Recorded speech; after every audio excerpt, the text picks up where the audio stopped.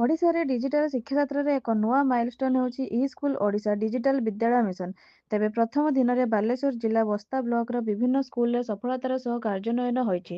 ପ୍ରଥମ ଦିନରେ ଛାତ୍ରଛାତ୍ରୀମାନେ ଡିଜିଟାଲ କ୍ଲାସରୁମ୍, ସ୍ମାର୍ଟ ଲର୍ଣ୍ଣିଂ ଓ ଇଣ୍ଟରାକ୍ଟିଭ୍ ପାଠଦାନ ମାଧ୍ୟମରେ କମ୍ପ୍ୟୁଟରର ମୂଳଭୂତ ଜ୍ଞାନ, basic application, advance digital skills ଓ ଇଣ୍ଟରନେଟ୍ ସଚେତନତା ସମ୍ପର୍କରେ ପ୍ରଶିକ୍ଷଣ ଗ୍ରହଣ କରିଥିଲେ। ନୂତନ ପାଠ୍ୟକ୍ରମ ଫଳରେ ଛାତ୍ରଛାତ୍ରୀମାନଙ୍କ ମୁହଁରେ ଉତ୍ସାହ ଓ ଶିକ୍ଷକମାନଙ୍କ ସକ୍ରିୟ ସହଭାଗିତା ସ୍ପଷ୍ଟ ଭାବେ ପ୍ରତିଫଳିତ ହୋଇଛି। ମିଶନର ଉଦ୍ଦେଶ୍ୟ ହେଉଛି ଗ୍ରାମାଞ୍ଚଳରୁ ସହରାଞ୍ଚଳ ପର୍ଯ୍ୟନ୍ତ ସମସ୍ତ ଛାତ୍ରଛାତ୍ରୀମାନଙ୍କୁ ସମାନ ଡିଜିଟାଲ ଶିକ୍ଷା ସୁଯୋଗ ପ୍ରଦାନ କରି ଭବିଷ୍ୟତ ପାଇଁ ସଜାଗ କରିବା। ପ୍ରଶିକ୍ଷଣ ସମ୍ପୂର୍ଣ୍ଣ କଲା ପରେ ପ୍ରତ୍ୟେକ ଛାତ୍ରଛାତ୍ରୀମାନଙ୍କୁ ଆନ୍ତର୍ଜାତୀୟ ସାର୍ଟିଫିକେଟ୍ ପ୍ରଦାନ କରାଯିବ।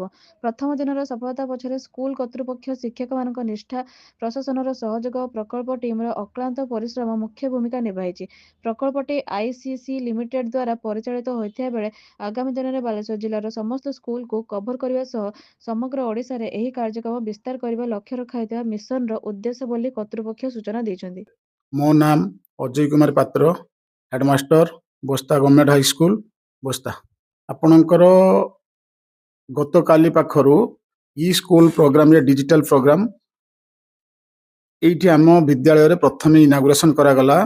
ଇନାଗୁରେସନ ହୋଇସାରିଲା ପରେ ସେମାନେ ବିଭିନ୍ନ ପ୍ରକାର ପ୍ରାକ୍ଟିକାଲ କ୍ଲାସ ତା ସହିତ ଆପଣଙ୍କର ଥିଓରି କ୍ଲାସ କଲେ ଏବଂ ଥିଓରି କ୍ଲାସକୁ ଆମ ସମସ୍ତ ଶିକ୍ଷକ ଶିକ୍ଷୟିତ୍ରୀ ମାନେ ଅବଜର୍ଭର କଲେ।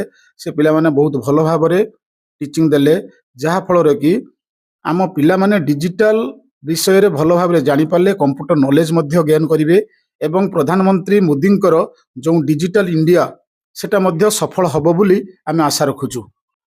ମୁଁ ପିଏମ୍ ଶ୍ରୀ ଶମ୍ଭୁନାଥ ଉଚ୍ଚ ବିଦ୍ୟାଳୟ ବସ୍ତାର ଭାରପ୍ରାପ୍ତ ପ୍ରଧାନ ଶିକ୍ଷୟିତ୍ରୀ ଅଳକା ବିନ୍ଧାଣୀ। ଇ ସ୍କୁଲ ଓଡ଼ିଶା ଡିଜିଟାଲ ବିଦ୍ୟାଳୟ ମିଶନ ପ୍ରୋଗ୍ରାମ ମାଧ୍ୟମରେ ଆମ ବିଦ୍ୟାଳୟରେ 3 ତାରିଖରୁ 5 ଦିନ ଧରି ପ୍ରୋଗ୍ରାମ ସଂଗଠିତ ହେଉଛି। ଏହି ପ୍ରୋଗ୍ରାମ ମାଧ୍ୟମରେ କମ୍ପ୍ୟୁଟର ଶିକ୍ଷାକୁ ବିଦ୍ୟାଳୟର ପ୍ରତ୍ୟେକ ଛାତ୍ରଛାତ୍ରୀଙ୍କ ନିକଟରେ ପହଞ୍ଚାଇବା ଏହା ଏକ ପାଇଲୋଟିଂ ଡେମନଷ୍ଟ୍ରେସନ ପ୍ରୋଗ୍ରାମ। ଏହା ମୋ ବିଦ୍ୟାଳୟରେ ସମ୍ପ୍ରତି ଆଗେଇ ଚାଲିଛି। ଛାତ୍ରଛାତ୍ରୀମାନେ ଏଥିରେ ଯୋଗଦାନ କରି ଏହା ଖୁବ୍ ଉତ୍ସାହଜନକ ବୋଲି ଆମମାନେ ଲକ୍ଷ୍ୟ କରୁଛୁ। ଆଶା କମ୍ପ୍ୟୁଟର ଶିକ୍ଷା ପାଇଁ ଏହା ଏକ ପଥ ପ୍ରଦର୍ଶକ ହେବ। ମୁଁ Shri Prasanna Kumar Das, senior most teacher Siddheshwar high school Amarda road.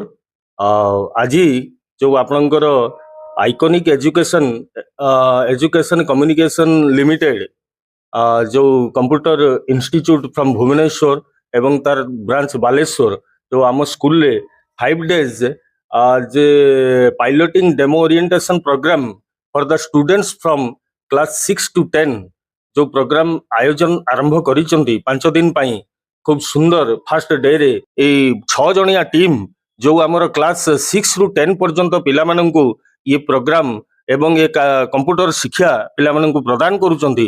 मु धन्यवाद देवी ए जो आइकॉनिक एजुकेशन कम्युनिकेशन रो सीईओ को एवं डायरेक्टर को। मो ना अलिभा दलाई, मु जामसुली हाई स्कूल जने स्टूडेंट अच्छी।